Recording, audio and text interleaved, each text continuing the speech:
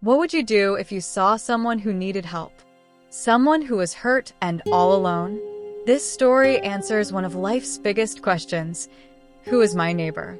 One day, a man was walking down a long, lonely road from Jerusalem to Jericho. The sun was hot and the path was dusty. He was thinking about his family and the work he had to do. He felt safe, as he had walked this road many times before. But this time, something was different. From behind some large rocks, a group of robbers suddenly jumped out. They were shouting and looked very mean. The man was so scared he couldn't even scream. The robbers pushed him to the ground. They attacked him, took all his money, and even stole his clothes. They didn't care that he was hurt. They just left him lying there on the dusty ground, badly hurt and all by himself. He was in a lot of pain and felt so alone. He wondered if anyone would ever find him.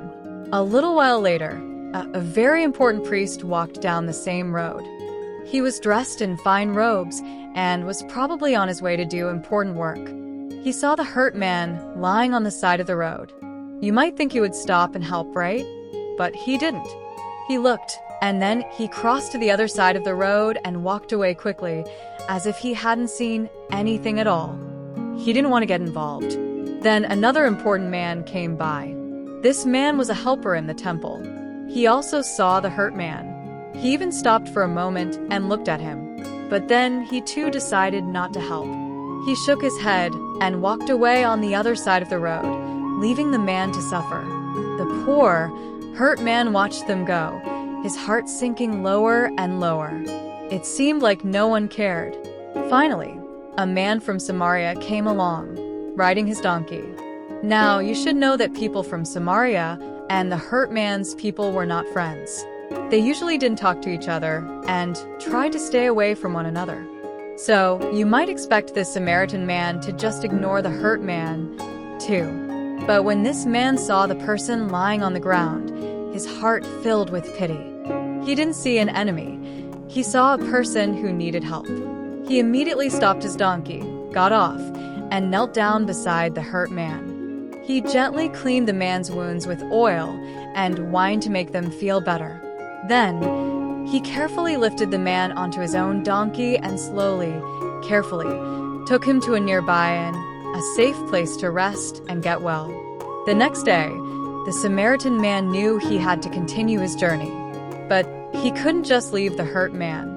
So, he went to the innkeeper, the person who runs the inn. He took out his own money and gave 2 silver coins to the innkeeper. He said, "Please take good care of him. Make sure he has everything he needs. If you spend more money on him than this, I will pay you back when I return." He promised to cover all the costs. He did everything he could to help a complete stranger, someone who was supposed to be his enemy. He showed true kindness without expecting anything in return. He made sure the man would be safe and looked after until he was strong again.